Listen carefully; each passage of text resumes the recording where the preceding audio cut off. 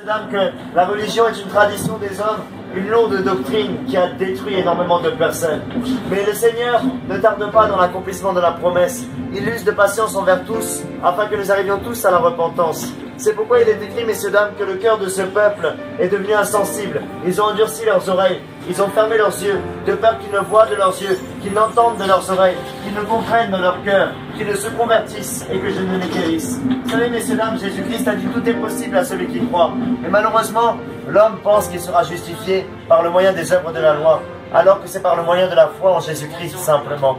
Il y a 2018 ans, Dieu était en Christ, réconciliant le monde avec lui, en ne se souvenant pas des offenses des hommes. C'est pourquoi je viens ce soir, messieurs, dames, vous en supplier au nom de Christ, avant qu'il soit trop tard, réconciliez-vous avec Dieu. Parce que sachez-le, lui, il n'a jamais connu le péché, il a fait devenir péché pour nous, afin que nous devenions en lui justice de Dieu. Il est écrit qu'il s'est dépouillé lui-même en prenant une forme de serviteur, en se rendant semblable aux hommes. Et après s'être retrouvé dans la situation d'un homme, il s'est humilié lui-même, en se rendant obéissant jusqu'à la mort, même jusqu'à la mort de la croix. C'est pourquoi aussi Dieu l'a souverainement élevé et lui a donné le nom qui est au-dessus de tout nom, afin qu'au nom de Jésus, tout genou fléchisse, dans les cieux, sur la terre et sous la terre, et que toute langue confesse que Jésus-Christ est Seigneur, à la gloire de Dieu le Père. Vous savez, messieurs, dames, un jour ou l'autre, nous allons quitter cette terre, nous ne sommes pas éternels. C'est pourquoi je viens vous dire, ne regardez pas les choses visibles, elles sont passagères. Focalisez-vous sur les choses invisibles, qui sont éternelles. Parce qu'un jour, vous devrez rendre des comptes devant le tribunal de Christ. Il vous dira, je ne vous connais pas, retirez-vous de moi. Il vous dira, toi qui m'as renié devant les hommes, je te renie devant les anges. C'est ce qui est écrit, ce n'est pas moi qui le dis. Vous savez, la foi est une assurance des choses qu'on espère, une démonstration de celles qu'on ne voit pas. Mais Jésus-Christ est la porte. Il a dit, celui qui entre par moi sera sauvé. Il a dit également qu'il est le bon berger pour ses brebis. Il est venu pour vous donner la vie et que vous ayez cette vie avec abondance. C'est pourquoi ne rejetez pas cette vie-là. Parce que lui, il vous reniera si vous le reniez. Sachez-le.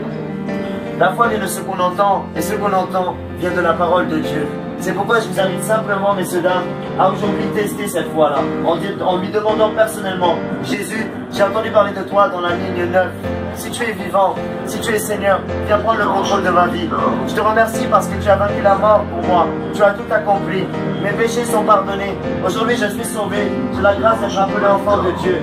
Il y a de la joie dans le ciel pour moi, parmi tous les pécheurs qui n'ont pas eu besoin de repentance.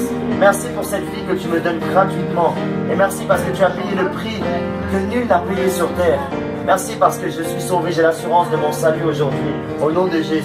Amen. Amen. Sachez-le, si vous faites cette prière, messieurs, dames, il va se révéler à vous. Parce qu'il n'y a aucune condamnation pour ceux qui sont en Jésus-Christ. Soyez bénis, passez une excellente soirée. Et sachez que ceux qui espèrent en éternel renouvellent leur force.